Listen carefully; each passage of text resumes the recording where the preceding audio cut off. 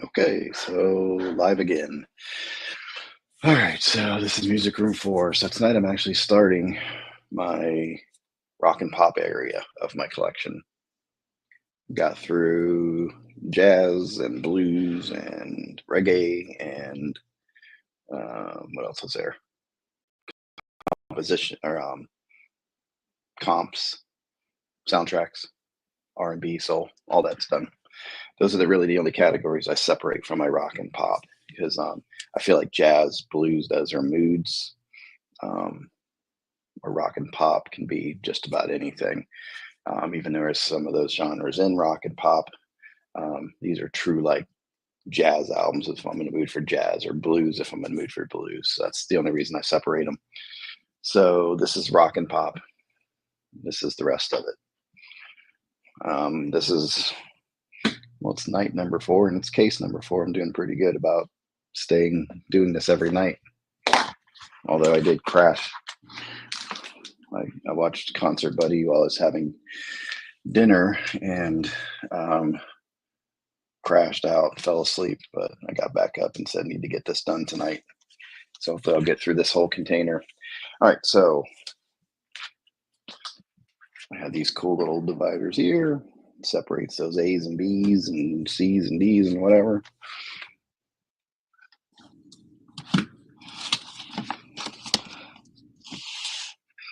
I'm getting started late tonight, so I don't know if any of you guys can even see this one. So we'll see.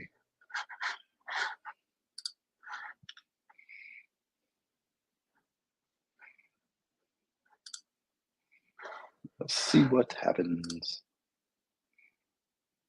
Looks like the microphone's still working. Okay. All right, so I'll put this little divider down here.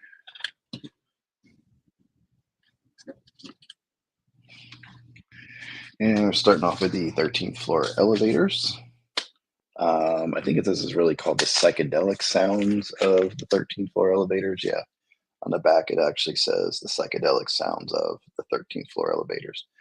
But just a really good psych album. They do the Dylan song on here. It's all over now, baby blue, I believe. It's even weird to even see the, here we go.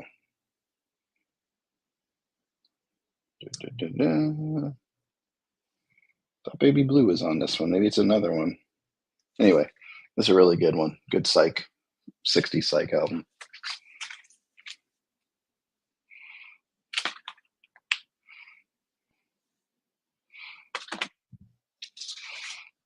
I don't leave myself much room over here. Starting to, believe it or not, this mess down here, I've actually put a lot away. I need to finish it up. Oh my God. I have a dog outside the room. You're annoying. Let's go.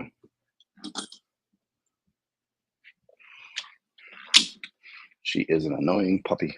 Better not pee on my floor.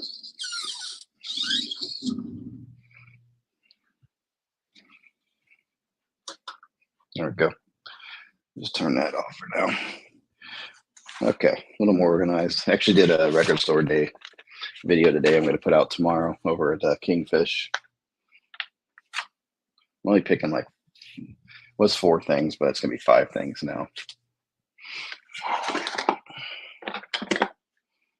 Okay, so yeah, psychedelic sounds of the 13th floor elevators. Then Easter Everywhere. I think I like this one a little bit more. Does this have the baby blue on it? Yeah, baby blue, the Dylan song. So this is, I like the first one, but I like Easter Everywhere a little bit more. And then I have this one came out on record store day, Bull of the Woods. A little weaker than the first 2 that I have there, but still a good album. And there's only one that I'm missing. And I can't remember if it was live or sounded like a live album, but it was still really a studio album. They were trying to make it sound live, something like that. But yeah, so those are my first 3, and that's the last of that other container from last night. So here we go. Dog's getting scared of it. It's okay. Come here. Say hi. Come here. Can we say hi? Come here. Come here. Say hi. Hi, everybody. That's my girl, Layla. You camera shy? Yeah. She's outside the door barking. She's like, "It's time to go to bed, Dad. It's not time to play." She's still young. She's about a year and a half, and she still loves to play. So, all right, this is the wrong side. Yep, you can tell that already because this looks like a clapping album to me. Yeah, it's a big sucker. So I believe it should be this way. Okay, so let's pull the first few out of here. That's a good start. Okay, and hello whoever's out there. All right, so I picked this one up, Aerosmith. I don't know why it's here though. It's in the wrong order. It shouldn't be there. Why is that one here? That one should be over here. Hopefully I kept these in order. All right, so Adele, and yes, I will be keeping this one. She's hit or miss on her first two previous albums to this. I think this was her third album, but this album I like all the way through. Like not a song on here. I think this was really a well-arranged album as far as the song list, things like that. Songs that aren't as strong as others, they put it in a really good order that kind of just might have a slightly weaker song, but then they pick up on the next song. So, but just a solid. It's one of those top-rated albums for me, even though it's pretty close because I do like a lot of stuff off here, but I like every single track off of this one. And I guess she's going to be taking a little retirement. All right. Going to have AC/DC, Back in Black. That will be staying. It's a reissue. Most of these are reissues. AC/DC, Highway to Hell. And AC/DC, Dirty Deeds. Yeah, come on. And High Voltage. So early AC/DC. I don't know how much further I'm going to be going into them, but these four albums are my favorites.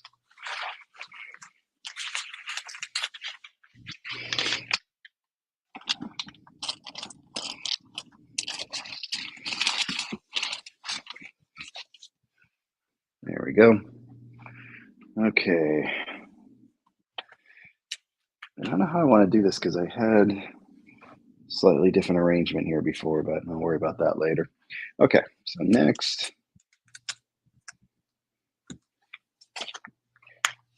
Don't have much Aerosmith. They had some stinkers along the way, like some early Aerosmith, and I like the 80s, late 80s Aerosmith, mid to late 80s, I guess, period, too. This was kind of neat. It's like 1971. The Road Starts Here. It's a good early album. I can't remember if this is like demos or unreleased. I can't remember what the story was behind this, but I thought it was interesting and I picked it up. It's just early stuff. Walking the Dog, Moving Out, Minor. Dream On is on here. Yeah, I can't remember exactly the story behind this one, but it's very, very early Aerosmith. Like I said, I can't remember if it was demos or what it was, but it's a fun one to kind of have. And then, of course, Toys in the Attic. It's a good one. And Pump. So I still need Permanent Vacation. I saw a copy of it today, but I wasn't exactly thrilled with the condition of it, so I figured I'd wait. And I want to probably get a grip. Now the dog wants out.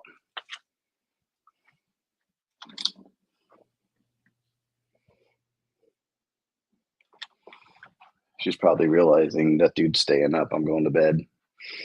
All right. So yeah, that's my Aerosmith.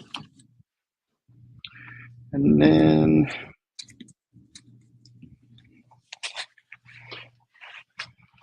Alice in Chains. Yeah, you just walked in, huh? You doing your makeup again? Got your mud mask on? Hey, Dave. Get your Wings and Rocks albums. You need to, John. Yeah, I gotta do some listening on Aerosmith and see how much more I want to expand on them. I know I don't have everything I want yet. I even like the blues one, the Honky on Bobo. I have that on CD from when it first came out, but I don't have that on vinyl. Yeah, I'll throw a link out there.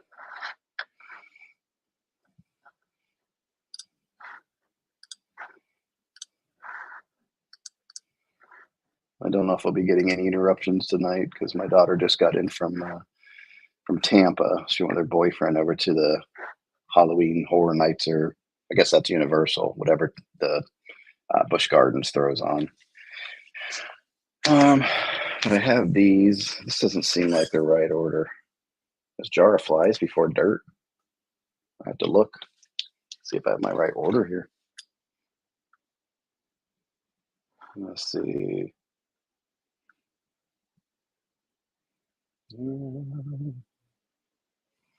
Alice in Chains. It was Before Dirt. Huh. Okay. That's cool. All right, so I have this is the reissue, but it's a music on vinyl version of Jar of Flies. So very cool to have. Love the sound of that album. I like the first album. I don't know. I have it on CD. I don't know if I'm gonna get that on vinyl or not. But Dirt. I mean, Dem Bones, Down in a Hole, Rooster, Angry Chair. I mean, that's just killer all the way through. And then the Unplugged. Vocals are like rough on here, but good. And then what's his name? Jerry Cantrell. I can hear where he really steps in and harmonizes with Lane. So it's really cool. So yeah, that's what I have for Alice in Chains. I do have on CD when that first came out, the Jar of Flies, and what was the other one? There was another EP that came out. I did pick up. I have those on CD originals from like the '90s when they came out. Let's see. I'm kind of doing by groups here. So Allman Brothers, Idlewild South. This was newly remastered from the original tapes, direct to metal mastering. So yeah, this is a really good sounding version of it. Oh, what's up, buddy? Oh, what's up? I'm just getting all kinds of guest stars up in here. Oh man. Oh, you got another one? Yeah, hold on. What did I just hit? Oh, I know who this is. What? What are you talking about? I thought there was somebody else coming on. I thought it was Yeah, not yet. I'm waiting. Oh, that's all good. Oh yeah. No, it's good to see you pop in the gallery earlier. Yeah. Oh yeah, I was. We were out. We had a meeting tonight, but as soon as I got in, I popped your show on. It's pretty good. That's always the right answer, John. That's always the right answer. That's right. So you're going. So you literally have everything alphabetized, and you have it like by genre, huh? Because you're going through Aerosmith. Well, yeah, it's definitely alphabetized, and then artist by year or release. You know, like Hendrix is always fun to try and organize. As far as all that posthumous stuff. So, sure. Like with Hendrix or certain albums, I'll look at the last recording date, and that's where I kind of fit it in because I like to look at it and see what they did in the order of the recording. Sure. Like jazz, I go off a lot of times. I go off of the because they do one session and they recorded on a certain date. Yep. So sometimes I'll organize my jazz that way too. So, yeah. So here's one for you, John. So Beatles, right? Obviously under B, I'm assuming. Because some people they put it under the, right? Like I could never do it. Like you got all right, so the follow-up is you got Beatles. Do you do it like the record stores where you'll have Beatles and then the solo stuff by the Beatles all together? Or do you literally have Beatles and then Alpha, Harrison, Lennon? Wow, okay. Yeah, separate them.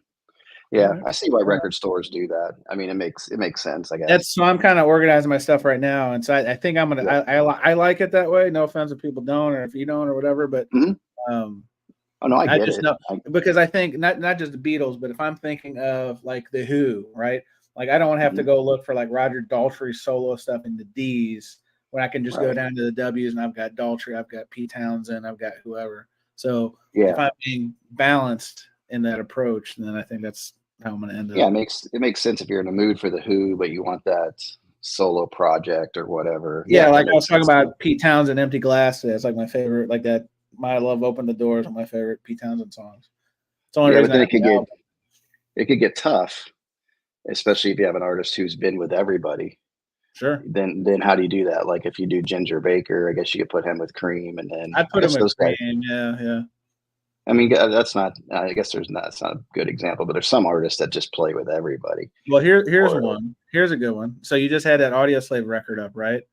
yeah. Where would you put Chris Cornell's solo stuff? Because he had like 2 or 3 solo albums. Would you put it with Audio Slave, or would you put it with Soundgarden, or just Chris Cornell? Well, I guess you would have to. I would have to put Soundgarden first because that's who came first. Sure. Then in order from Soundgarden, if you're going to do it that way. I think you're right. But then I would that would start messing with my head. Then I'd have to go. I have everything in a spreadsheet. I have to go. Okay, where did I put him? Oh, So spreadsheet it out. I started that from day one. I'm glad I did it because everything's in there. So I'm keeping track of even album ratings, how I like the album, condition, all that stuff. Yeah. You It's not and complete Mr. yet. Hall of Fame Brandon need to talk because I know he's got a very intricate like spreadsheet system too. Yeah. So did Steve, All the World's a Stage. He was a Oh, spreadsheet okay. guy. Yeah. Oh, nice. Which he just nice. kind of just Steve just dropped off. Just Yeah, said I I'm heard shutting it down. I heard conflicting stuff. I mean, I everything sounds like it's okay, but I heard that Mm-hmm. one hand he got hacked. I heard on the other hand he was just like super Well, busy.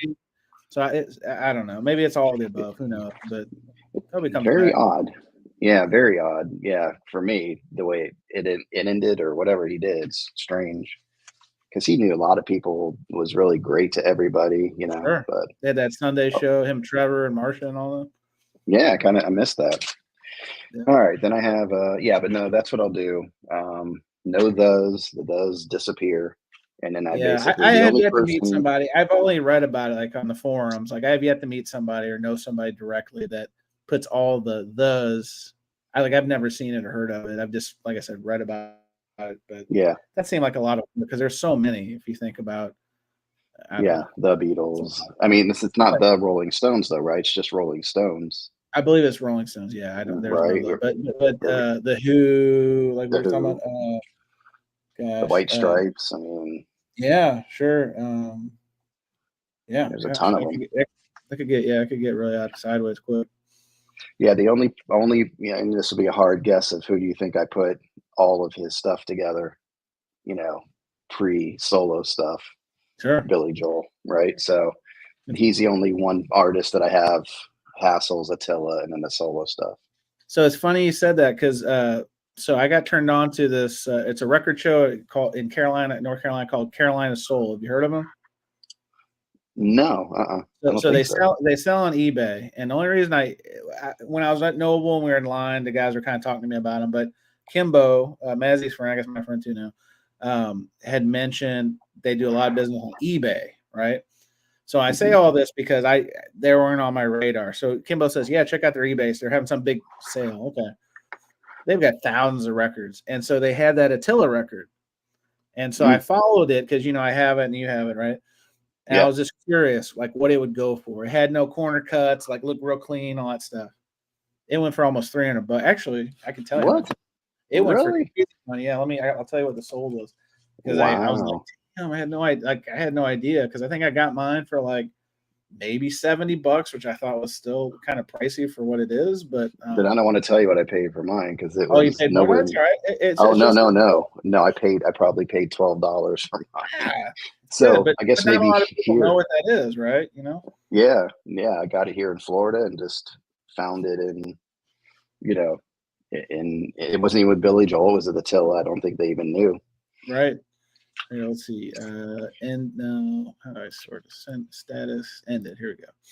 It's kind of cool to know it goes for that much. Well, yeah. All right. So I was following 218.50. Yeah. It's still sealed. That makes sense. Okay. Oh, okay. That's kind of cool. It looked great. Yeah. I mean, honestly, I don't think it's a bad album. I enjoy it. It's not like I trudge through it. I put it on, and it's fun for what it is. Yeah, look how clean this. I guess I can share, right? I have it up right here. Yeah, I might need a little. Oh, there it is. Can you put it up, or do I have to? Oh, there. If you want to, yeah. So look how clean this thing is. It's got probably my name. Nice. I mean, this thing is. I can pull out. I wouldn't be able to pull the trigger on that price. I don't think. Yeah, no, I know, but I mean, this is arguably the best copy I've ever seen. I mean, look, it's sharp corners, like no ring wear. Like this is. Yeah. But I mean, look at all that beef. Yeah, I know, that's so crazy. So much beef. 2-man band. That's Yeah, that's I was funny. trying to come up with a good joke with that. That's more beef than something, but I couldn't come up with it. So It's late. You know, then you can't get your A material. I get it. what was that? Was that Burger King? Where's the beef? Oh, Wendy's. Come on, that old That was lady. Wendy's. That's right. Yeah, That's what it was. yeah. That's more beef than a Wendy's commercial. There you go. That's funny. So yes, I got the Bad Company. This was one the Atlantic 75. I Really liked good. it. I liked it. Yeah, I didn't have That's any one of those problems with ones though, like where if you're paying $60, but you can still find originals for under 20 all day. It's just it. Yeah. condition. Like finding a OG in good condition. Good luck. Yeah. See, I didn't get it from Atlantic. Is that what they were charging for that? Oh, is that Atlantic 75 or is that just the Atlanta anniversary? There's like a difference. It's the 75. So, So well, it's Atlantic. Yeah, it so just looks like so Atlantic. there's Atlantic 75, which is the acoustic sounds, and then there's the Hmm. Atlantic 75th anniversary series. So is that a clear vinyl? They were doing I think it is. I clear. think so. Yeah. Yeah. So that would have been, yeah, that was like the retail one. I bet Yes. you, I Yep. would bet you that it's probably not much different. Like it could have the same plate, like the Kevin Gray. Kevin Gray probably did it too. You know what I mean? Like they Hmm. probably did the mastering session at the same time for both of those. Yeah, because this one, yeah, I didn't pay that. Yeah, it was like $19 or something, 20. Yeah, $20. Yeah. Yeah, right. Isn't it remarkable how Atlanta can put out like Rocktober or that series, 20, $25? Yet other labels, 30, 40, Yeah. 50. Like that's why I'm like, you can't tell me that like you guys are not trying to like gouge the market. Like, come Oh, on. oh yeah. No kidding. So I have that one. There's more Bad Company I want to get. I'm trying to find them in better condition. Oh, Like I now hang on. It's funny you said that. So do you have holy water? No, I have it. Might have it on CD from like the 90s. So a local shop of mine, it's wild. I've spent so much money with them lately. They ran into some collection, and I don't know the story behind it, but it's a bunch of 90s albums, late 80s, early 90s, Mm, in shrink, hype stickers with store stickers, all this stuff. And wow. I just Holy Water's been on my list for like a year or two. Never seen it. Never seen it. Literally this week, because I'm like on their website like 2 or 3 times a day. Pops up, in shrink, hype sticker, done. Done. And Done. then I bought the album right before that, which is Dangerous Age, I think. yeah, with the brown cover. So that's like 88, 89. Yeah, yeah. Was the little kid smoking a cigarette? Yes. Mm-hmm. Yep. Yep. Yep. Again, That's another one rare. I never see. Do you ever see that one? No, not on. I don't think I've ever seen it on vinyl. I That's what don't I think so. mean. Not in a Like this while. collection Yeah. is like I don't know. Or like what was Yeah. that Scorpion song? That Scorpions album that had Winds of Change. That was another one. I've never seen that. It was in this No, that collection because that's was 1990. yeah, right in there. Oh, Yeah. that's So I cool. needless to say, yeah, I've been like literally living on this website, like because the trick is to go at night before they do their flip in the morning, and then you can just order like the stuff that's going to the stuff that normally would be in the flip video in the morning. They've already Yeah. got on site, and I can just be like, sorry, Oh, that's suckers. cool. And their Yeah. prices are decent, like reasonable. Fair. Yeah. Oh, yeah. I mean, Yeah. market or lower. Yeah. There's nothing. They've had some stuff that's kind of nuts, but I kind of stay away from them. Yeah. Yeah. Dangerous Age was like kind of me discovering Bad Company. Well, I kind of knew of them earlier, Sure. but for some reason that was the big album. I saw that tour actually at Busch Gardens. Oh, And fun. that's when we met a couple of the guys, didn't even realize they were even in the band. They were out having Oh, a they're just smoke. oh wow, no kidding. And afterwards, we're like, "Oh, you're in the band?" And they're like, "Yeah." So we used to have shirts that were signed by him and everything. Fun. So that's when we got to see Winger open for him. Yeah, Oh, was Kip there? Winger Oh, with was that. kid doing some like cycle kicks and stuff? Oh yeah, with the chest hair, the chest vest, Yes, kind of thing. legend. Yeah, Yes, let's go. I like. Yeah, Winger worked. It was a fun album. It's Yeah, just fun. It's fun music. yeah. So this is one of my favorites, especially the first time I ever heard Rock and Roll Fantasy. Oh yeah, sure. The way that thing's produced, that sound, I was like, I had never heard Is something like that that. Mutt Lang behind that? You know, I'm just curious. don't know if Mutt Lange is on this one. I, I would think he would be like one of those type of producers at that time that might have touched like an album like that, just like you're talking about the way it's produced. Yeah. Yeah, actually, I never thought about that. That does make sense. Let me see if there's anything on the inside. John, you're gonna put away like 5 records tonight by the time we're done talking. Yeah, that's what's been happening. Like last night when everybody went off, I'm like, all right, we're zipping through it now. Sure. I don't care. This is fun to do. I don't care. Let's see. No, it doesn't say anything about production. Let me see. Just gotta love that artwork. It's funky. Oh yeah, I like it. No, produced by Bad Company. Oh, interesting. Yeah. And I guess that other guy who did like Holy Water and Danger Sage, the other guy that stepped in for a bit, I guess he passed away. Oh, did he? I don't know. Yeah, that makes sense. Thought I heard a blurb, something like that. Have you? It's funny you said that. So another store, I mean, it's another local of mine. The owner is selling off like part of his collection. He's got like a lot of metal and stuff. Have you ever heard of a guy named Jason Becker, a guitar player? No, I don't think so. So neither had I up until this guy sold his collection. And then I bought a couple of like Marty Friedman. He was in Megadeth. He's real famous in Japan, like a speed metal guitar guy. Apparently he was on the same label as this Jason Becker guy. So I'm like, okay. So they had this Jason Becker record. I'm like, I don't know what this is.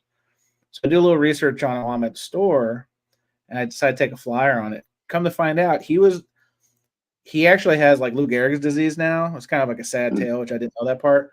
But he ended up quit trying to do his solo stuff. Then he replaced Steve Vai in David Lee Roth's band, solo band. Okay. And so he was the guitar player on that album Lil Ain't Enough, 1990-ish, with the devil on the cover. Right. I had no idea. I love that album. I had no idea. I was like, I love that album. Like even when I was a kid, I love that album. Come to find out it's this guy who I never heard of, had no idea. And then I was like, okay, I'll pick up this record. That's one of those kind of like spot buys that you're like, you learn a little bit enough in the story, sells you in the music, and it's fun. I mean, it's a speed late 80s thrash kind of stuff. It's pretty fun. Wow, that's cool. Actually has less, and I mean, it's a real sad story on that end, but you know.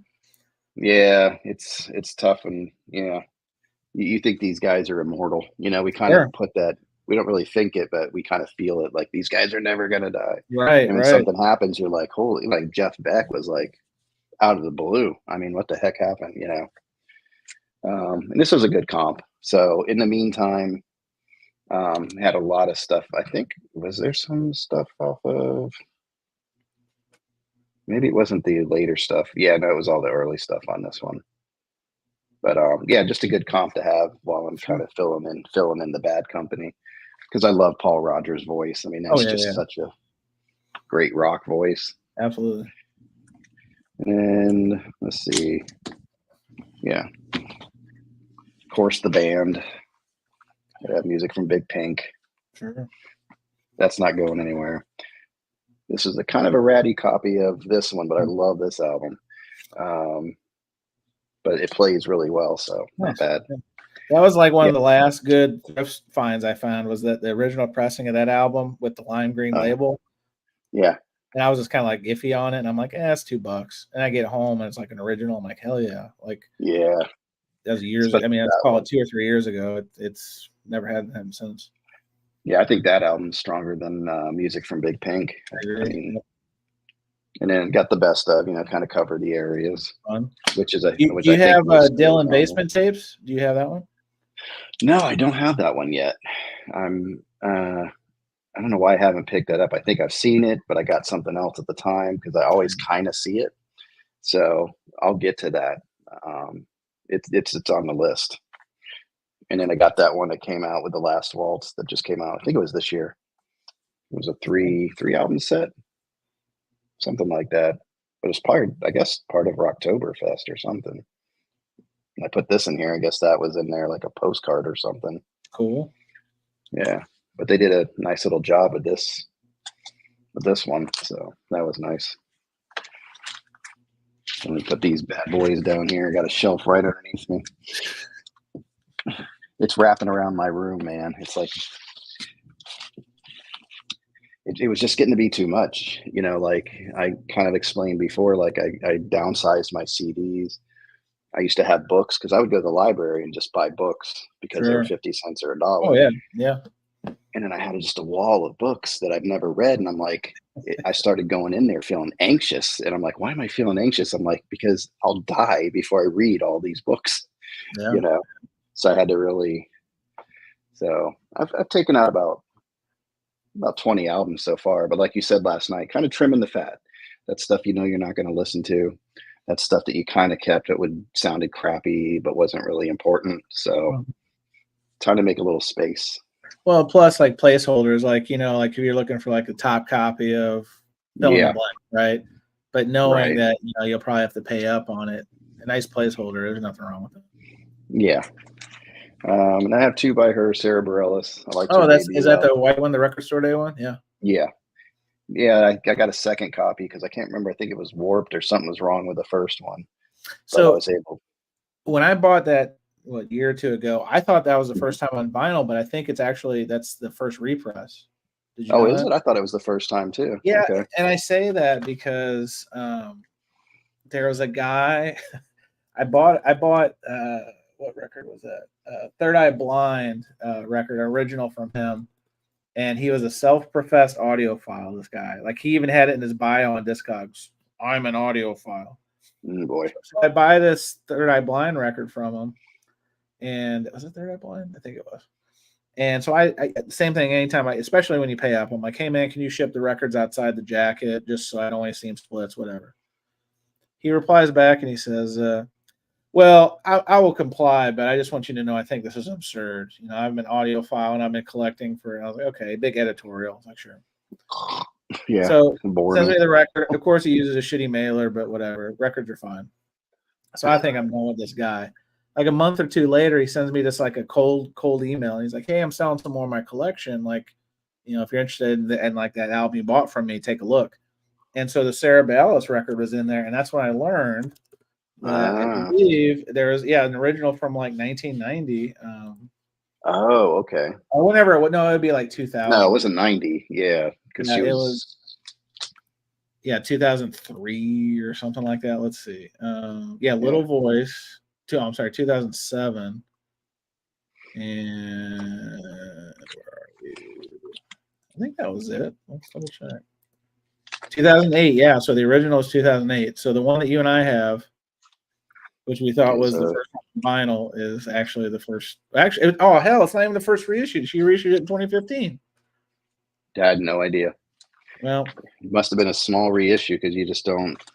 You never see it, right? That's my point. I was like, I thought on the record store day list. I'm like, oh great, never see this, and yeah, I was happy when I first saw it. I was like, oh, that's cool. I like that album. And she's kind of hit or miss on some of her other albums for me. It's like if you're interested in selling it, not saying you are, but looks like the last one on Discogs. They got one. Somebody's got one for $75 out there now. But oh shit, the last one sealed sold $85. So. Oh wow. Good to know. No, this one's open. I mean, definitely open. I played it.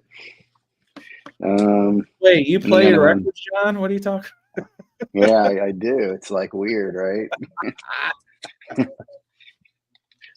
I figured out there's this device you could put them on and it makes sound. It was cool. What? Yeah, right. I know. But this is a cool one too. I like this one by her.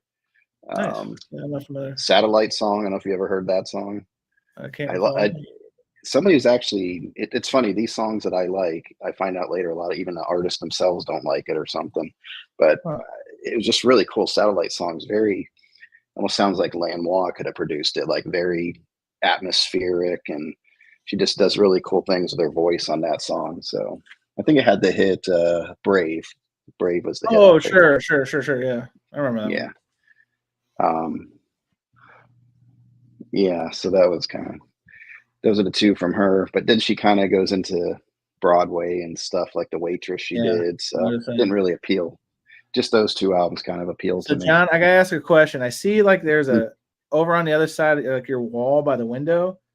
Mm-hmm. Is that like an action figure, or what is that? Is that a statue of a man, or am I just like?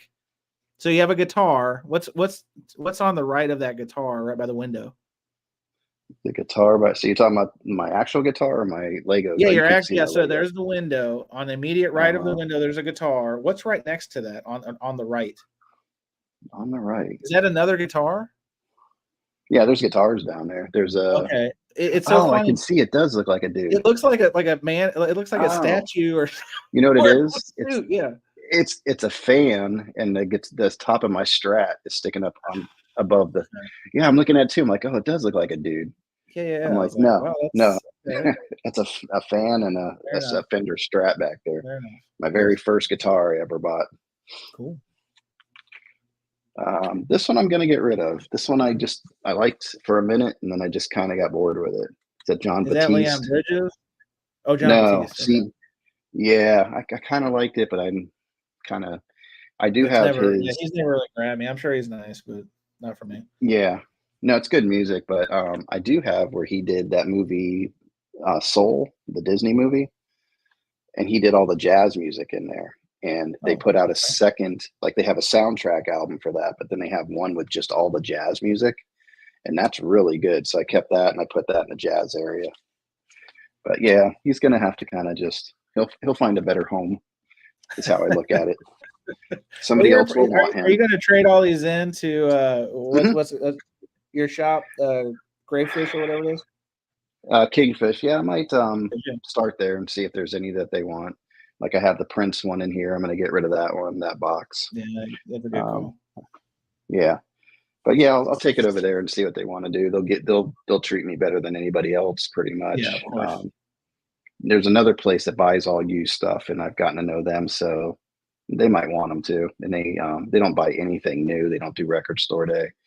They're just it's a warehouse, and it's just stuff everywhere. I mean, just but How they do you look for finally. records? Do you have to get up on like the veranda and stuff, or how's that work? No, they don't have them that high. They have shelves that are just we're in Oh, got reaching it. distance. Yeah, but it's just wall to wall. Now, when they first opened, nothing was organized.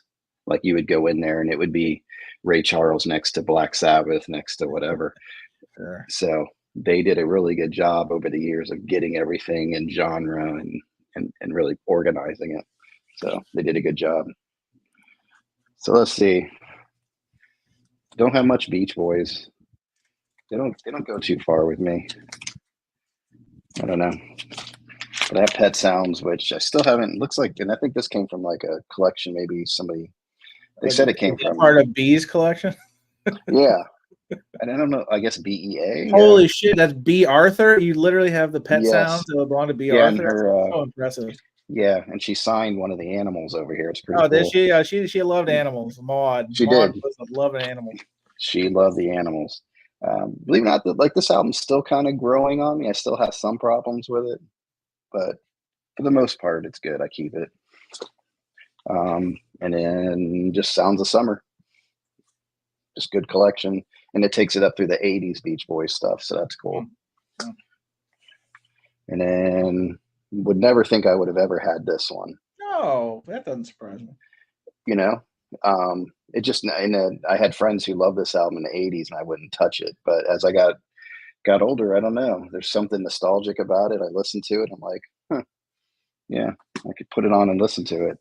But have you checked out any of these that they did? The In Sound from I've the seen Way that Out. cover. Yeah, some of the later stuff I don't really.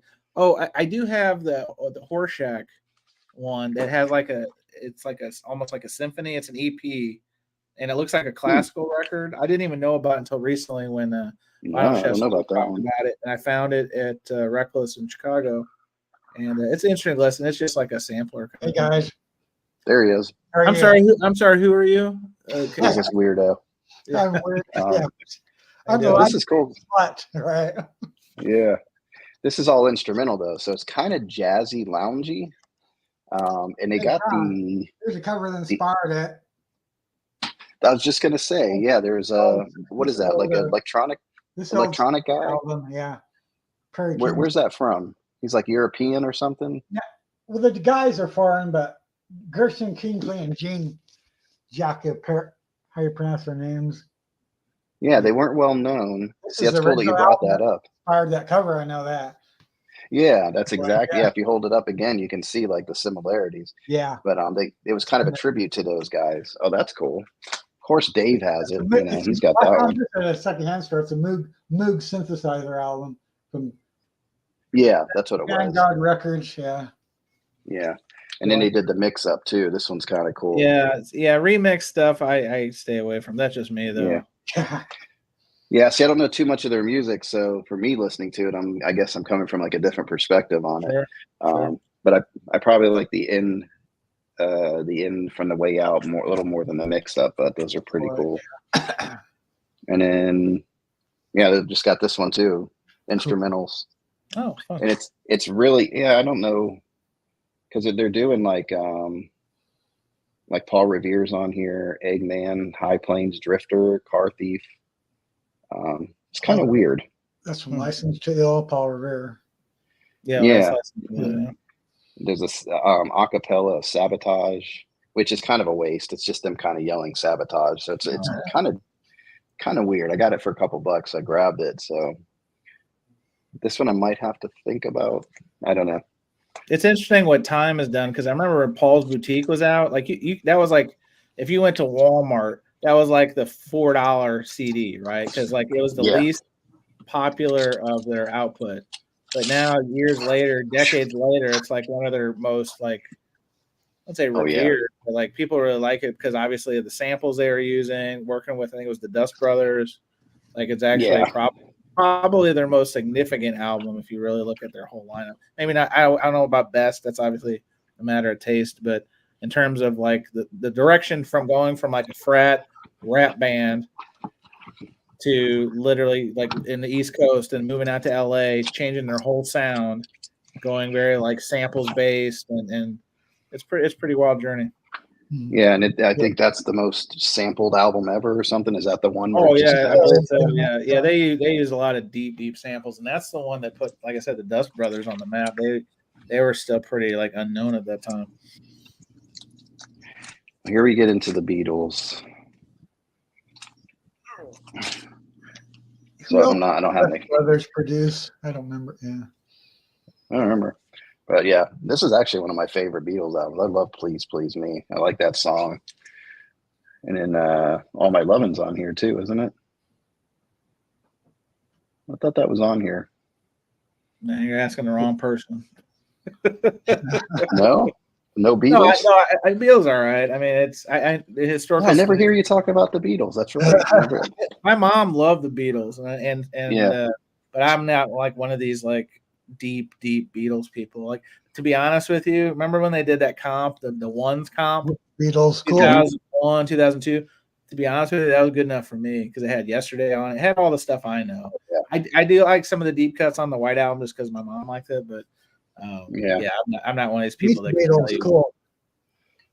Yeah, and it's funny, Rob's a huge Beatles fan, and Yesterday is like his least favorite song. I'm like, how is that your least favorite Rob's song? taste. We gotta have an intervention. Rob's taste is really getting out of whack.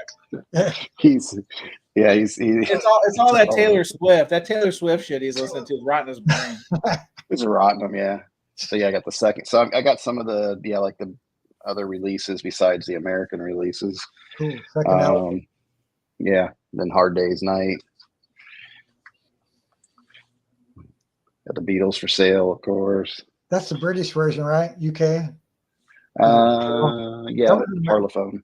Yeah. Parlophone, yeah. That's UK title. You guys are like, it's funny because you're like, Chances earlier was like, I had that green label, and you're like, oh, if that's the one. I'm like, I have no idea. Like the last time I was up on your show, Chance, and you guys got like deep into something, and I'm like, this is way out of my wheelhouse. Yeah, but I was just like, there's different areas of interest. It is. Yeah. So I just sat back and I listened because I was like, I can learn something here because I never even go into those areas of music. But it's good to know, like, if you're out looking around, you can identify something. That's the key, like, because like when people like go shopping with me, like I flip through bins real quick and they're like, how do you know what you're looking for? And after a while watching YouTube, doing my own like research, you just know what to look for. Not just in terms of like the jackets and be like, oh, that's something I want. That's something that at least got my attention. Now I'll dig deeper. But like that band record, I didn't know the lime green label was the first pressing. It's a $2 band record, and I'm like, okay, I'll take a flyer on it. And I got home, and like you said, I learned something. I'm like, oh, that's an original, and it's the lime green. So now I see that lime green label, I'll know that's early vintage 70s. And same thing with like the Warner greenies. I didn't know. I thought like, you know, because I grew up like the Warner Palm labels was, you know, pretty much what I knew. And then come to find out again through just exposure and listening to people and learning that, oh yeah, you want the greenies. The greenies are like the early 70s. Oh snap! I had no idea. Yeah, to keep it out. Yeah. So I think that the lime green capital label maybe only lasted 69 to 70 or 71. Yeah, it was like it was like in and out. But but that band record was one of them. And I'm sure I have others, but again, like you said, John, like you don't know until you know. And I've studied up on some label variations. So yeah. Well, then I got Beatles 65. Cool. That's popular. And Help. I know I must be famous now because Vaginal is actually visiting me. Vag is upset. Vag is upset with me because we had to block Vag on our channel because he was a little too controversial for some of our. Can't let our emotions. I hope we can still be friends, Vag. If you're still watching, it's nothing personal, but there's just a lot of mischief that we're trying to just cut out all the hootenanny over there. Is he on a temporary ban? We'll see how it goes. I mean, you know, you ever heard that expression, the enemy of my enemy is my friend? That's kind of how I view Vag because we have a shared person, and we just we again, the enemy of my enemy is my friend. So you wonder why? Understand why and who is behind it. Vag. It was multiple people. It wasn't just the one you're thinking. There was multiple people who. Again, we run a democracy over there, so I have to be respectful of that. But one day, there's never. Well, there are a couple nevers. Vag is not a never, but the person that Vag and I are aligned with is definitely a never. I've had my fair share of that person. Yeah, I've done pretty good keeping all controversy away from this channel. So do it. Yes. I was just sitting there going, why do I have two rubber soles? But this is that one. I don't know if I showed you before. I showed somebody, but I think I got a box of records years ago. It's one of my first videos. And this was in there. And it looks rough here probably. But wait, the freaking thing is like. Did that just rip in half? Oh no, not just now. This is how it was. I mean, because you can get. I mean, well, no, that's pretty rough. I mean, because there's a glue you can buy. You can like those old records. You can glue the seams back. But yeah, that one looks like literally a child's artwork project. Yeah. But you're going, okay, why does he have it, and why is it in poly? The record is clean as shit. It's like the cleanest. That's the rainbow label. That's cool. Yeah. Original. Yeah. I'll mess it up, right? But yeah, it was in there in the cardboard, not even in a sleeve. And I couldn't believe I pulled this record out. Clean, plays, not a pop on it. I'm like, what the hell?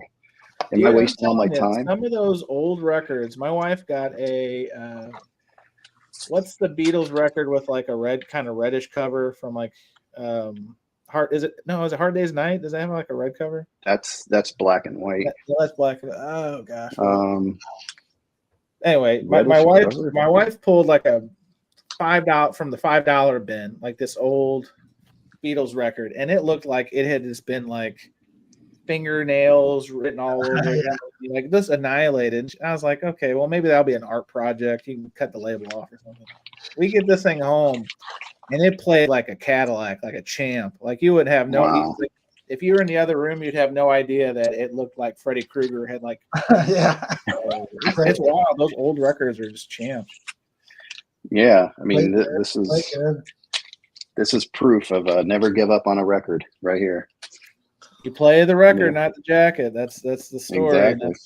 Well, a long time ago, I didn't even know that the Beatles 64 albums were, released in the UK with different titles before they got to US. United States. Different track lists.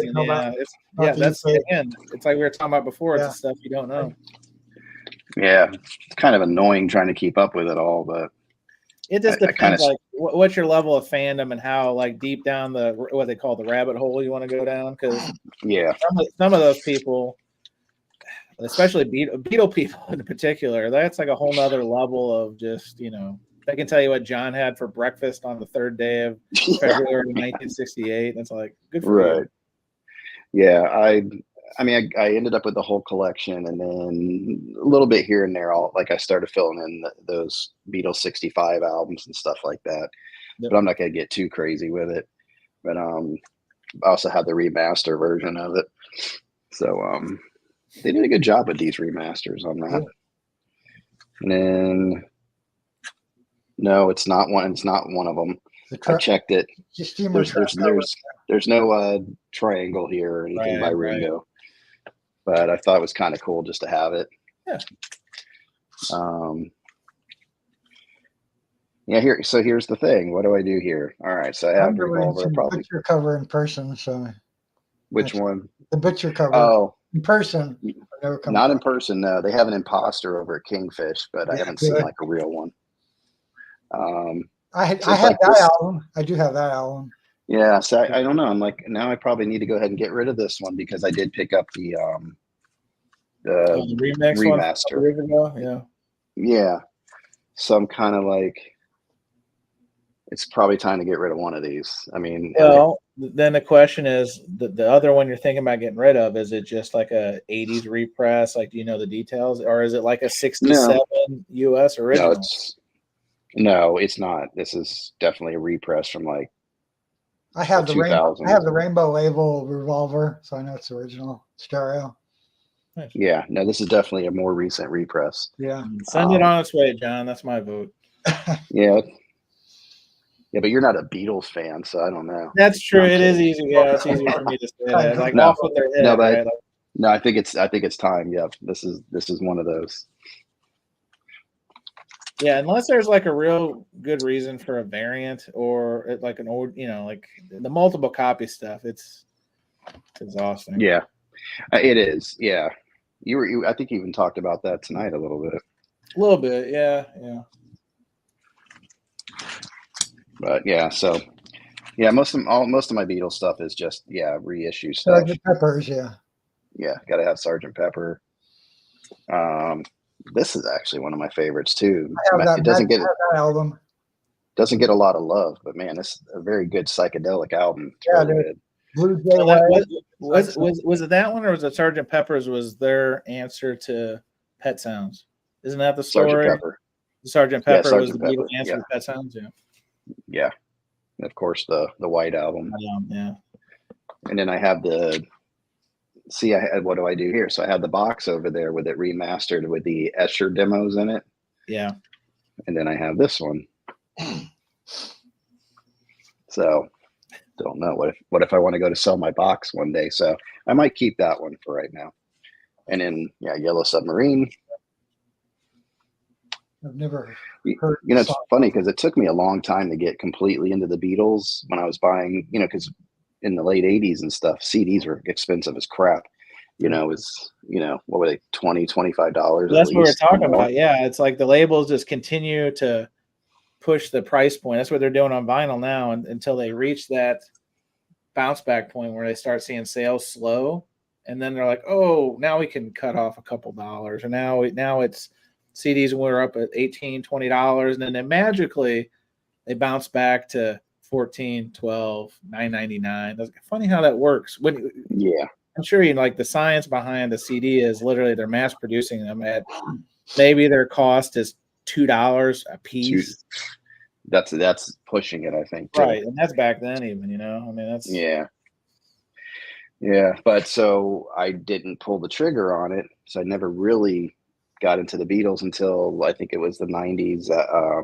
Just before the anthology came out, they released the Free as a Bird one? It was before that, so they re-released the Red and the Blue albums on CD. Oh, sure. And I went ahead and picked it up, and then I realized, holy crap, I like every single thing off this. And then that just, within 6 months, I had every Beatles album on CD.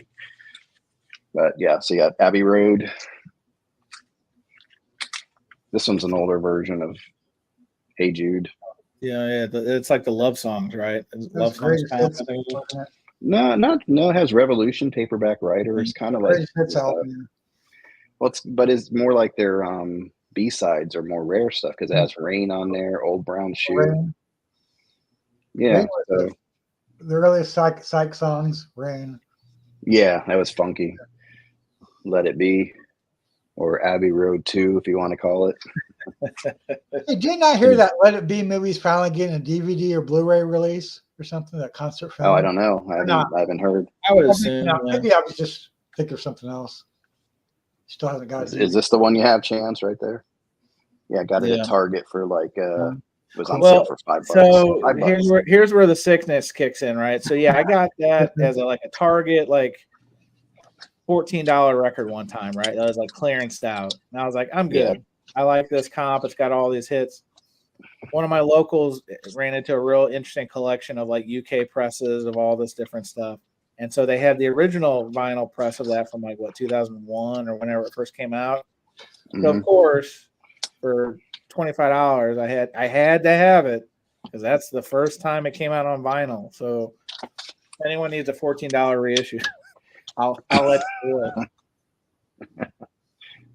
Yeah, we always have our reasons at the time of purchase. Well, I saw it and I'm like, oh, what's this? And it was, like I said, it was nested in this really interesting Beatles collection they just got in, and then it said made in England. I'm like, oh, could this be? Yep, this is the first time they pressed it. And I'm like, well, gotta do it. Yeah, gotta do it. So if you just didn't have that little bit of information, everything would have been okay. Yeah, I think we've got a twinsy situation, John. Hang on. Do we? Oh, those 73 greatest hits albums. Yeah, see, there you go. Is this the red and blue vinyl too? No, you got the red and blue. I got the red and blue. Black. Okay. I ordered it, but it didn't come in. I don't know what the problem was at the store, but no. I think it was only through the Beatles stores, the only way you could get this, right? Is that what it was? Okay, maybe. So you one-upped me on the collection. No, I'm not trying to one-up you. It's nice when we can kissing cousins like that. You know what I'm saying? Yeah, there you go. Later on, 5-6 videos down the road, we can be the only 2 people in America to hold up a Hassles video or album. That's right. Yeah. Well, YO's probably good. You got the Hassles, Dave? Any of it was like Billy Joel's second band or first band? I've never come across them. Nope, I don't have them.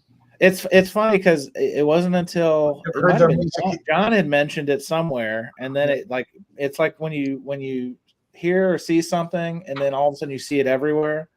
I started seeing his Hassles records, and John needed one, so I copped one for him. But now I see him at least once a record show somewhere. I'm like, oh yeah, I've already seen this. I never looked up the Hassles or Attila music either yet. I should. Oh, I mean, Attila's. Yeah, they're both. There's a reason neither of those projects worked out. I think it's safe to say.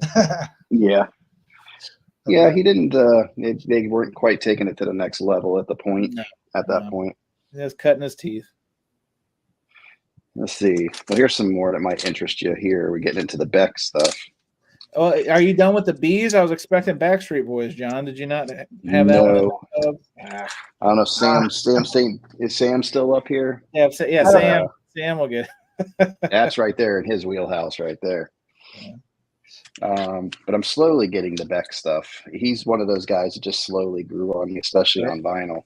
Sure. So I got the Mellow Gold. Mellow Gold, yeah. I have that CD. I have 2 CDs that came out. I don't know if they're really official releases, but I have 2 CDs. I thought they were bootlegs of him just kind of screwing around with different sounds, and there weren't really complete songs on there. So I have those and Mellow Gold on CD when it first came out. But I don't have them here. Do I? Oh, cool. You got the Odelay album. Cool. Yeah, I was happy when I found that one. You don't find a lot of Beck, so every once in a while it just pops up and you grab it. Where are those Beck ones? If I can show those to you. So, John, cool. do you have Guero and Guerolita? Do you have both of those? Okay. Mm-mm. So he did one album English speaking as Guero, and then he did all the same songs in Spanish as Guerolita.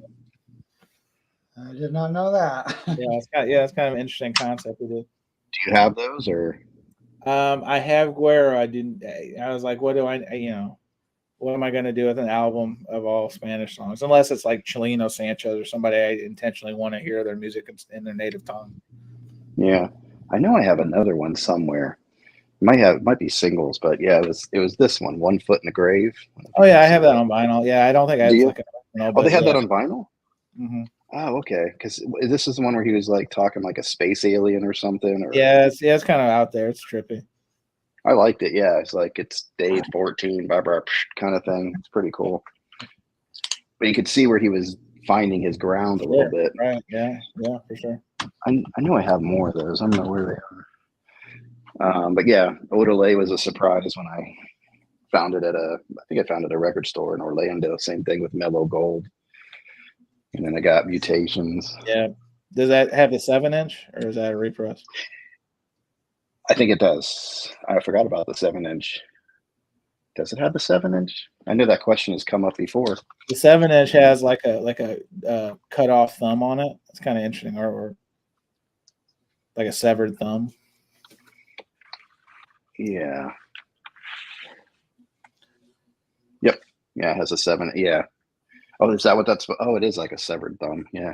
Yeah, right. Pretty funky looking, yeah. Now, John, I'm not a genuine record collector, but I know some macabre shit. I'm just saying. Yeah, there you go. Yeah, when's your Halloween video going to come out? As soon as I learn the Thriller dance, we're working on it after school.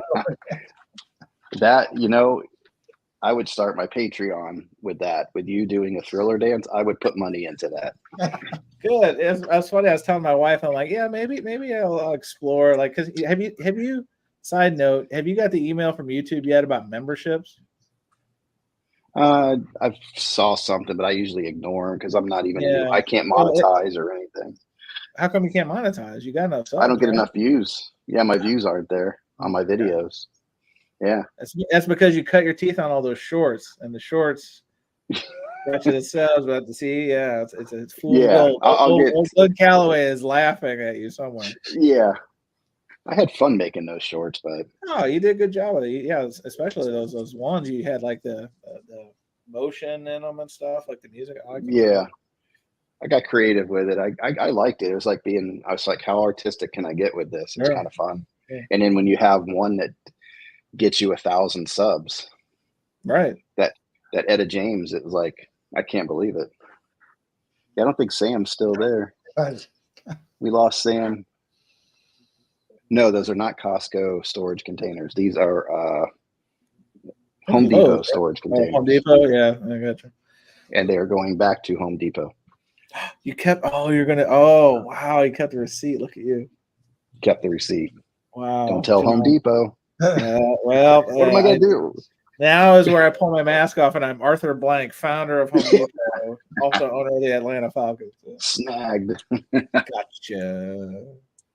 Modern Guilt. This is a good one. Yeah, I like Modern Guilt.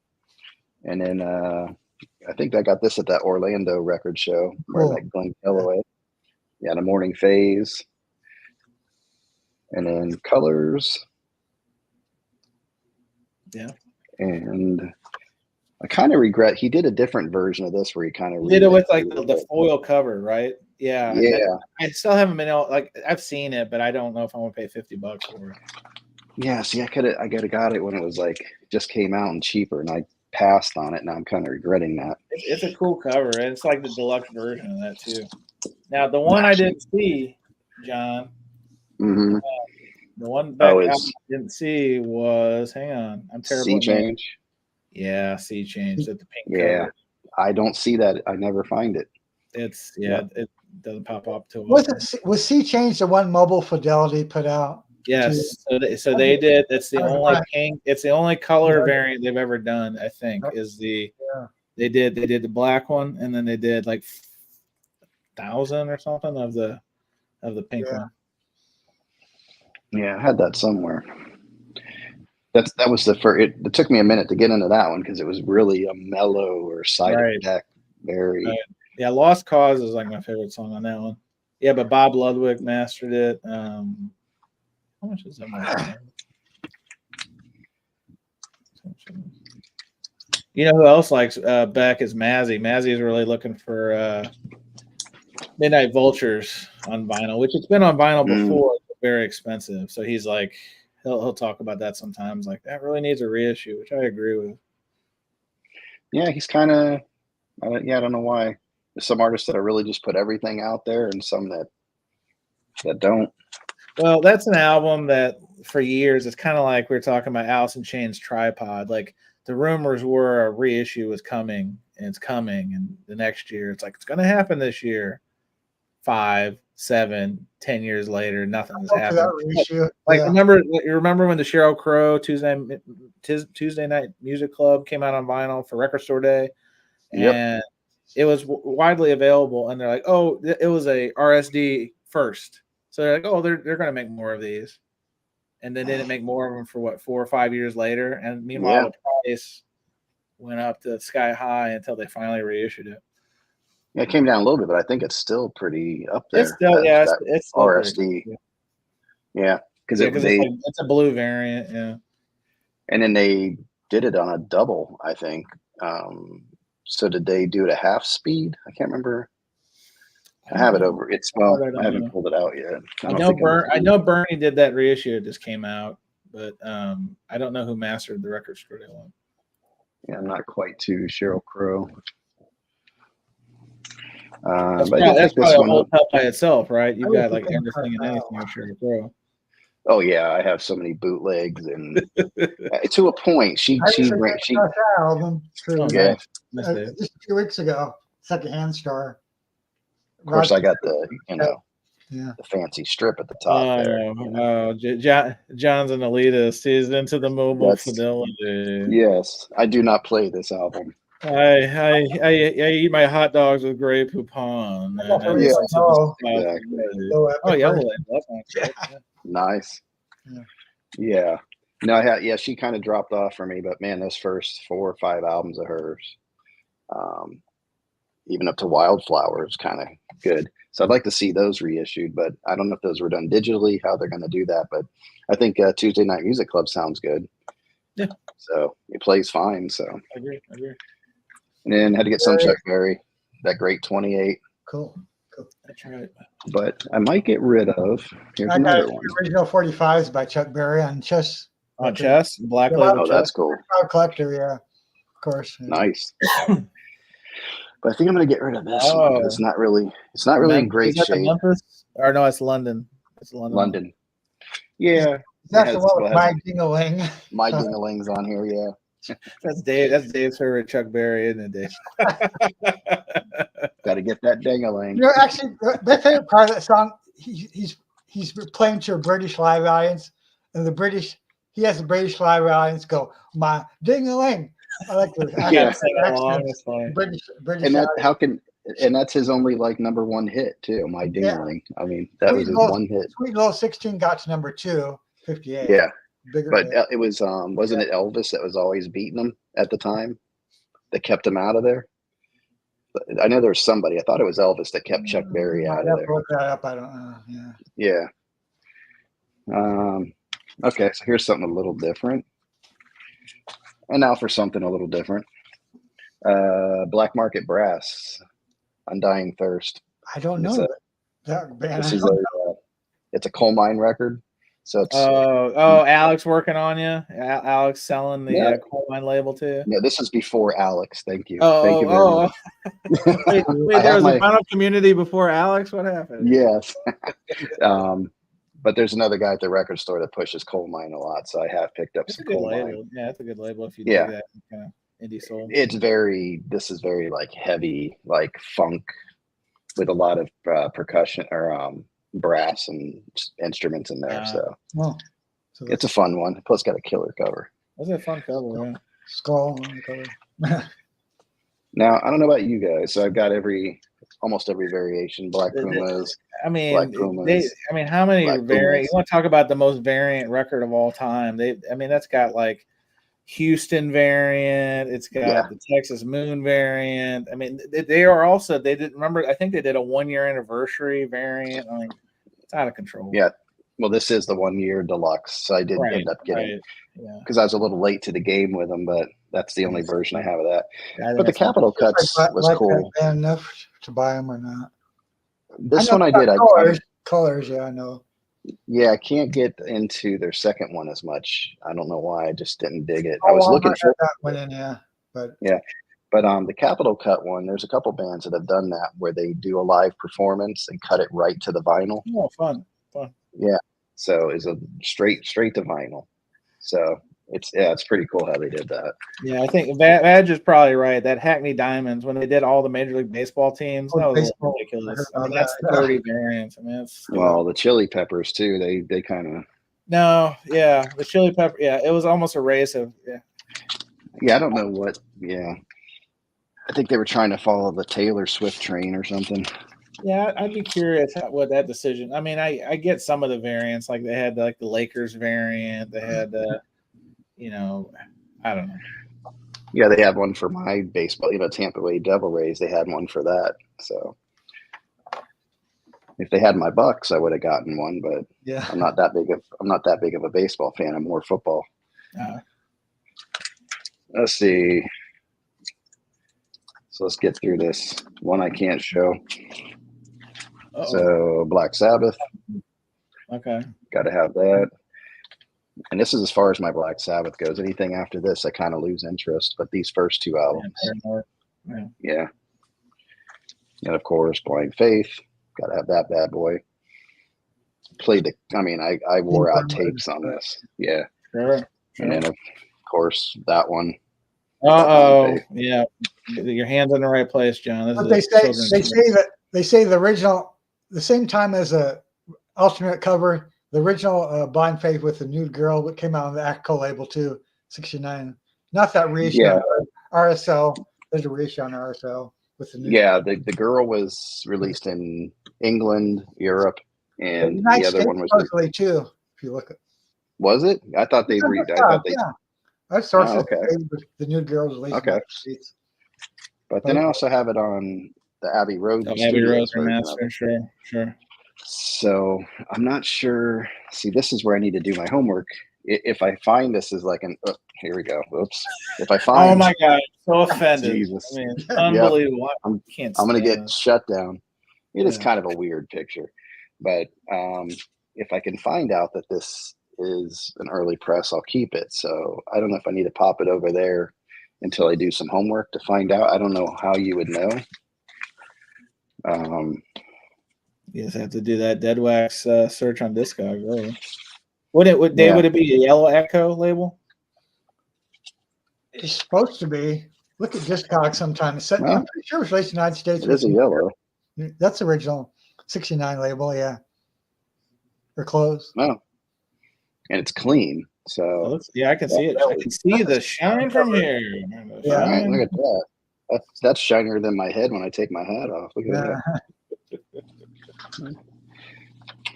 So that would be the only, because that is one of those, it's like the Blues Breakers album, Blind Faith. There's certain albums that I just, for a period of time, just played them. And they never get old. To me, like, these albums just don't age. So maybe I have that mean they're timeless. Timeless classics. Yeah. Not timeless, and not the Time Live series. Remember the Time Live series? It's like infomercials. I mean, it was on all the time. Like, oh yeah, the bad actors would be like, "Man, I really love punk rock. Yeah, this I love is great punk rock too." And then they're playing like Mike and the Mechanics. That's not punk rock. Mike doesn't get heavier than this. Yeah. This is so metal in excess. Like, what? Oh yeah, that was crazy. This is one that I'm having a tough time too with, because I love No Rain.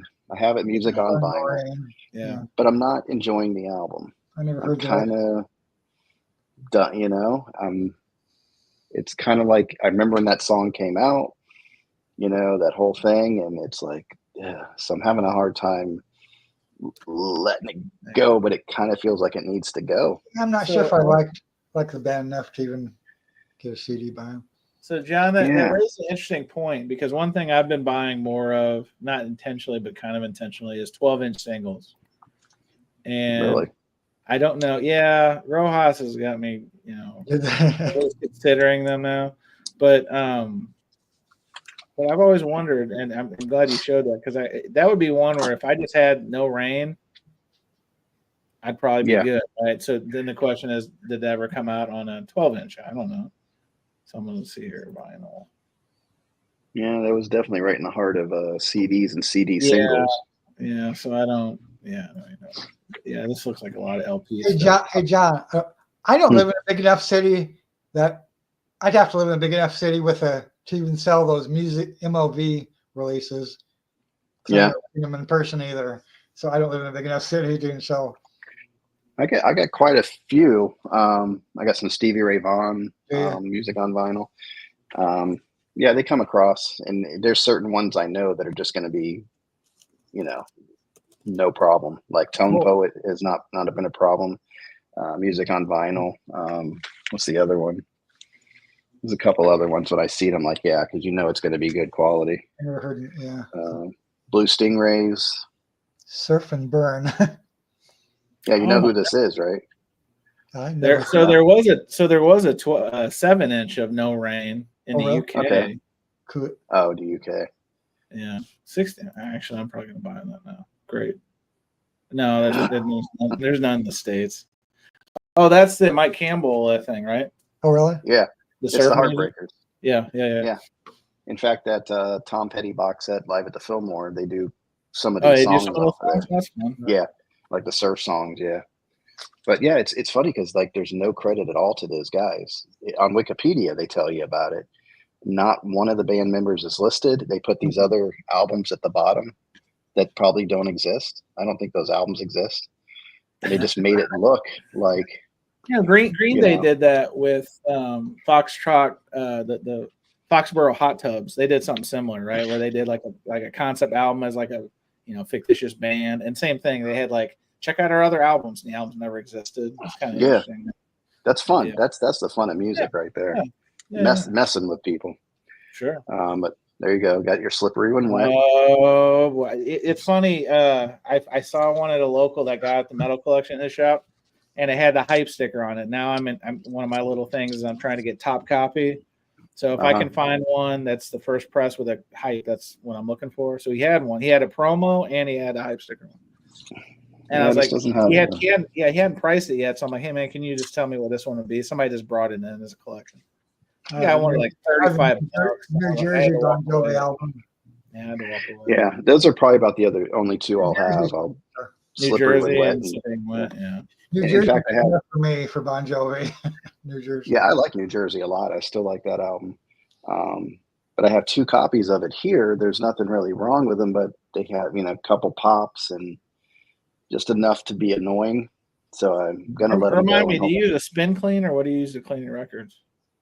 Yeah, mine's I guess it's a spin clean. It's the yellow the little box thing. Yeah, and you spin it yourself. That's Yeah, it works fine. I don't have the big bucks for a humming guru or anything like that. Listen, man, keep pushing that YouTube. They'll just send you one. Actually, I got it. It's funny I said that. Have you ever been approached by Angel's Horn, the turntable place? I've heard of that. No. It's an entry-level turntable that this is the second time that they reached out to me. They sent me an email. They're like, oh, I stumbled across your channel. It's like it must be a form letter because I know other people have gotten the same thing. We're good for you. Yeah, and they're like, so it's a form letter. It's like, oh, I just stumbled across your channel. Would you be interested in, we'll send you a complimentary turntable. It's like a entry-level turntable with speakers that come with it.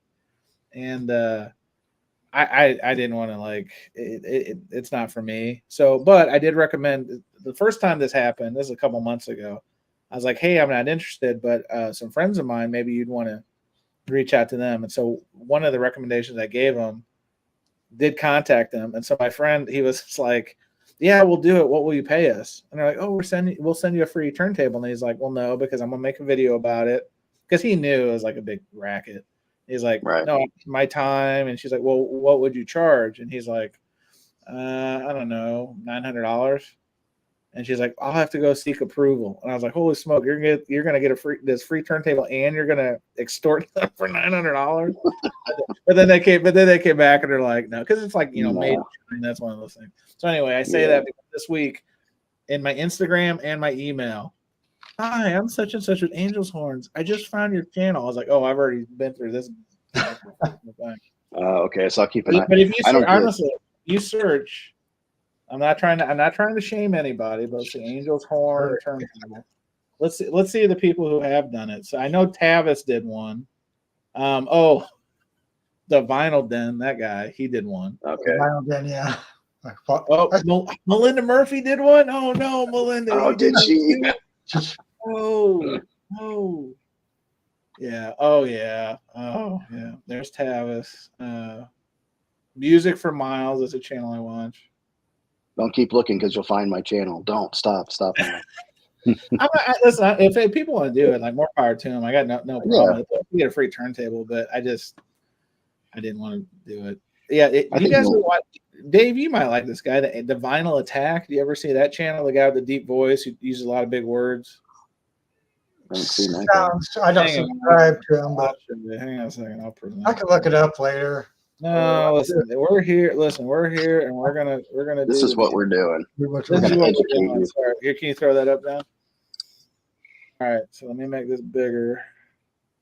So, like this guy, the bearded guy. Maybe I did look him up a long time ago. Before I used to watch a lot of his stuff, but you know, then he got, I don't know, it was kind of weird. Yeah. So here we got Gadget Crunch, 41,000 views. Look at this. Good grief. Jeez. But I mean, look at this. You can see this video. Look how bad the platter is. It's wavy. Wow. Yeah. But this guy, I think this guy's name is Nick. The Vinyl Den. His name's Nick. Yeah. Yeah. 13,000 views. So he did one. There's Melinda. Melinda, we're gonna have to talk about this. He did a review. Cool. Melinda, we need to sit you down. Yeah, we can't be doing that to your brand. Come on. The Boomer Consumer. I don't know who this is, but so it's a turntable with literally wired speakers. Okay. This guy, Recordology, I watched something. Yeah, I met him. He was at the. To him, yeah, I did. Oh, is he local to you, John? I don't know. He's in the Orlando. Oh, he was in Colorado. Yeah. But I met him. Yeah, I saw him at Orlando. Tavis did one. Music for Miles. Yeah. Hell, this guy did two of them.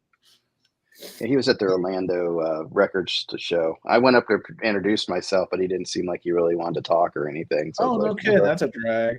Yeah, I don't think maybe just was in record mode. So I don't want to say he was rude, but that's fair. Yeah. What about the Real Cobra Burnout? Never heard of that channel before. Never. Maybe I should do one. Look at these views, 26,000 views. Maybe, there he is, Vinyl Eyes. There's one of the biggest jabronis out there. Yeah, look at all these people. Look at all these reviews. Deaf man. Friends with this guy can't even hear. Well, that's why it's so good. I guess. I mean, wow. Even he got 5,000 views. Maybe I'm doing it wrong, guys. Maybe. I don't know. I don't know. Well, that's it. Anyway. That's pretty funny. Well, John, if you would like, I could send that. I'm not even kidding. If you'd like, I can recommend your channel if you'd be interested in doing that. I have no problem doing that. No. You would just have to do a review video. They'll send you a free turntable and you could give it to your daughter if you wanted to. I guess. Yeah, I guess send it. Sure.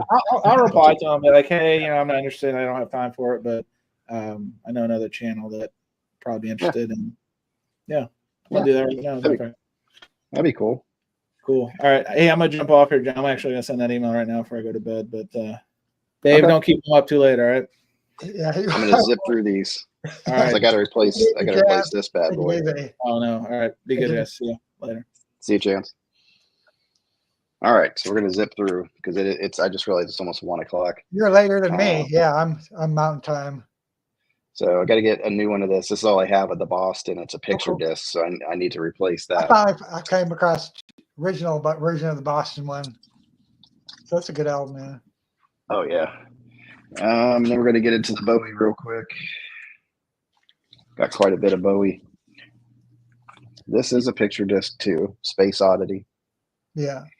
It's kind of a cool Those picture two disc. Bowie albums, I keep looking for those two low. Those two he did in '77, Low and Heroes. I'm trying to keep finding out in the wild. Yeah, I don't know if I have to see if I don't know if I have For Low. I might myself, have Heroes. Yeah, Man Who Sold the World. I've heard of the album. Yeah, that had wasn't a big hit album, I don't think. Space Odyssey did better originally. Yeah, The Man Who Sold the World was on there. Yeah, I thought something else was on there. Hunky Dory. Cool. And then record store release, Waiting in the Sky. Never heard of that album. This was like alternate takes on Ziggy. Cool. Ziggy Stardust. Cool. So alternate versions of it.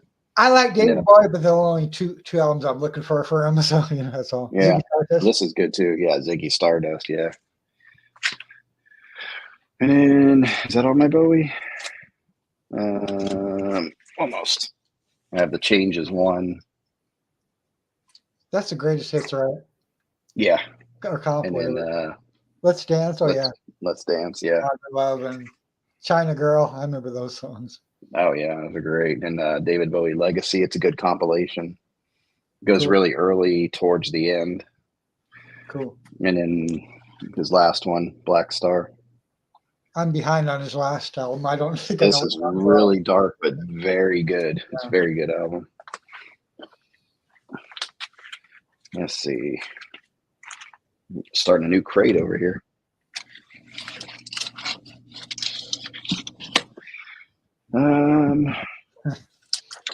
Yeah, we're at the end here.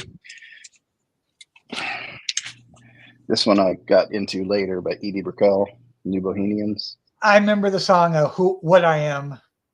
This, if you haven't heard the album, you might want to check it out. Nope, I never. That's easy to sort of easy to find on vinyl. It is because it came out in 88. Yeah, it's kind of common, but it's pretty solid album. The only one I have by Leon Bridges, Coming Home. I don't know his music. I don't know his He's very retro, like Amy Winehouse sound, Duffy. Oh, I know Amy. That kind of sound. Cool. Yeah, this album was. Then he got a little more modern after that album, but Coming Home is really good.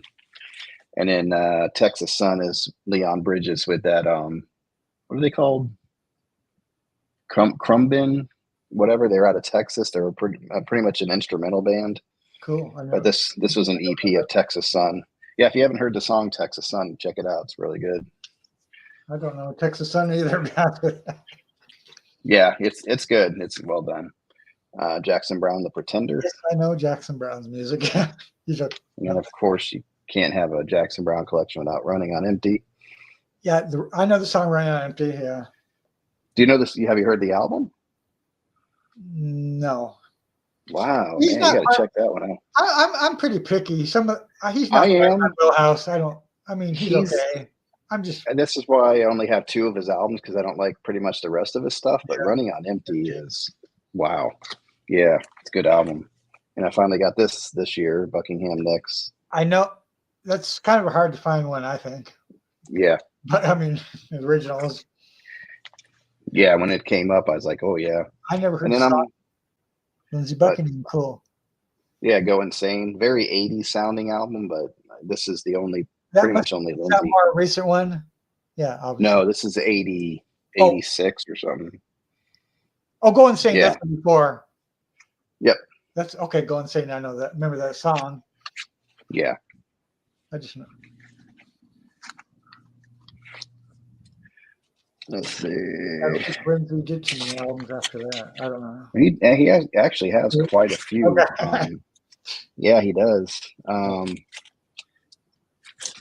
But they're hit or miss. I'm not a big fan of it. It's kind of like Tusk. I wasn't a big fan of that Tusk album. I've only heard 3 songs from the Tusk album. I'd have to, if I ever find it out in the wild, maybe I'd pick it up. I don't know. Yeah, Lindsey was trying to get a little experimental in there and stuff, but yeah. This is a guy. Now I do have 2 copies of this, and I'll keep 2 copies because you never find it. But it's John Butcher. I've heard of him, but I honestly never looked up his. I knew he's never on my radar, so I don't know his music. He plays. Yeah, he's a big Hendrix fan, so he's got a lot of guitar work. Yeah, 80s sounding album, but solid all the way through. Just love this album. So if you see it, you might want to grab it because you don't see these things very often. And then we hit the C's. So the Cars. I have that album. Yep. I got 5 Cars albums. Don't have Chicago's Greatest Hits. I went ahead and picked that up. I don't like Chicago enough to even bother with them. Yeah, it had enough. Had enough on there. Where I'm sure I've heard every single one of their like top 40 hits of 1970. They're just not they're just not in my wheelhouse. That's all. Yeah. That's all. Then Clapton or Clapton's first album. Yeah. Yep, that's a good one. With Delaney and Bonnie are on there. Oh, really? Delaney and Bonnie, yeah. Yeah, 461. I Shot the Sheriff, right? Yep. And Motherless Children, that's a great song. And then No Reason to Cry, Clapton. That's from the 70s, right? Yeah, and I think this is the one he did with, let me look. Yeah, most of the guys from the band are on here. And Bob Dylan's on here the too. Band, you mean? Yeah, the band. Yeah, the band. Gotcha. Cool. I didn't know that. So it's got that feel, that band feel, and then he does the song "Sign Language." You ever hear that with Bob Dylan? I have not, but yeah, believe it or not, I have not. Yeah, that's a good one. Okay. Yeah, I grew up on Clapton, so I have most of his stuff. But Lay Down South, Slow Hand. Well, you got the. Yeah. I bet his original master recording sound pretty good. I bet. This sounds really good. I bet, yeah, Slow Hand. Yeah. Then Backless. And that had what was the hits off of this? Tulsa Time is on here. Tulsa Time, yeah. If I Don't Be There by Morning, yeah. Well, Tulsa Time Promises is on their album, right? Or not? That was a big hit for him. Promise. If Tulsa Time's on it, Promises might be. Yes, Promises is on there. Yep. That was a big hit for him, yeah. Yeah. And then the live one that he did in Japan, Just One Night, double live album. Oh, cool. That's from the early 90s, I think. Or 86 or 91. I'm not sure. There's a version of Cocaine that was played live a lot in the 80s, and that was from this album. Oh, okay. Cocaine. Yeah, I used to hear that song Cocaine a lot on the radio. Yeah. It was a live version, but it was really cool. Yeah. Another Ticket. Another Ticket. Yeah. That had, what did it have on there? I don't know if it had anything. I Can't Stand It was a hit off of here. Oh, I Can't Stand It. Yep, I know heard that one. Yeah. I think that was a Stevie Wonder song, wasn't it? I Can't Stand It. That's a different. No, that's a different. Sure. Stevie Wonder did. What's the name? I Can't Stand for It, Baby. They're different songs, though. They're not the same one. No, I'm thinking of a later song that he did. I ain't gonna stand for it. Yeah, he did that later. Yeah, he did that later. It came out close to the same months. Yeah. Yeah, Clapton did cover it, but later. But Money and Cigarettes, great.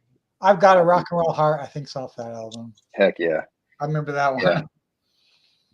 Yeah, Slow Down Linda, Pretty Girl, Man in Love, Crosscut Saw. Yeah, this is a solid album. Love that one. He's okay. I'm just more of a hard rock kind of guy than that's all behind the scenes. Yeah. Well, this is a pretty 80s sounding album, but I really like this one too. I have Forever Man. Forever Man, A Knock on Wood. I remember She's Waiting was on here. Waiting, I remember those two on the radio.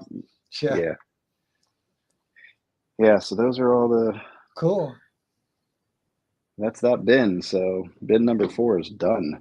Okay. I'm getting there. So slowly, I'm trying to get the tops taken care of all this stuff so I can actually get to the bins. So slowly deciding. If I ever get talk you into giving me that Duke Ellington for free, let me know. If you want money for it, that's fine. We'll negotiate. It's sitting right here. Yeah. We'll figure something. Well, because I've come across 3 Duke Ellington albums. One Columbia and 2 Capitol albums. Yeah, his reprise albums I never come across, so that's why. Yeah, and it's been played like one time. Yeah. I got it at Record Store Day. Does that have the 3-color reprise label? I bet if you ever open. I don't know if they did it that way because it definitely is a reissue. Okay, then that's not because if it came out 65, it would have the 3 tricolor. Oh no, it was from Record Store Day. Oh, that's real recent. That's not original 60s album. Okay. Yeah, gotcha. Yep. I thought it was an original 60s album. Yeah, it's still but reprise, but yeah. Okay. Definitely, like I said, it's been opened, played once, and that was it. I don't keep track of Record Store Day since I don't have one here anymore. Yeah, I'm gonna pick up. There's an interesting one. It's Scarlett Johansson, the actress. I heard she did. They were talking about that on some live streams I was watching. She did. Yeah, she did an album of all Tom Waits songs. I don't think I've ever heard her sing. To be honest with you, she's got just a good voice, and I think she's gonna fit Tom Waits stuff. So it's gonna be pretty cool. Yeah, it's all Tom Waits songs, so it's gonna be pretty neat. That's cool. So I'm getting 5 things for Record Store Day only. I'm gonna pick up the Doors because Rhino put it together for the Black Friday record store. Yeah. Okay. Yeah. Yep. Yeah, I get the Doors live in Detroit. It's 4 LPs, but it's only like $50. It's really cheap. Oh, that's cool. Nice. And it's on Rhino. Is it unreleased live recordings, I bet, or not? Yeah, a lot of blues songs, actually. Yeah. So I'm getting that. I'm getting a Scarlet. There's a Jimi Hendrix that's coming out. And Van Halen in 1992 live. That's cool. And then Charlie Patton, you know that guy, right? The blues guy. Sort of. Yeah, he was. I've heard right around the time of Robert Johnson in that area. But they're putting out, and there's a good label that's putting it out, so hopefully that'll sound good. So I'll have that video coming out tomorrow. We did a video today. I'm going to pop it up tomorrow. I'm not a fan of blues music. It's too much, so that's all. No, come on, man. Everybody gets the blues. But yeah, cool. All right, man. Well, I'm going to hit it. Thanks for staying up with me. I appreciate it. Have a good night, man. Take it easy. All right. I'll see you. All right, guys. Thanks for watching. Bye.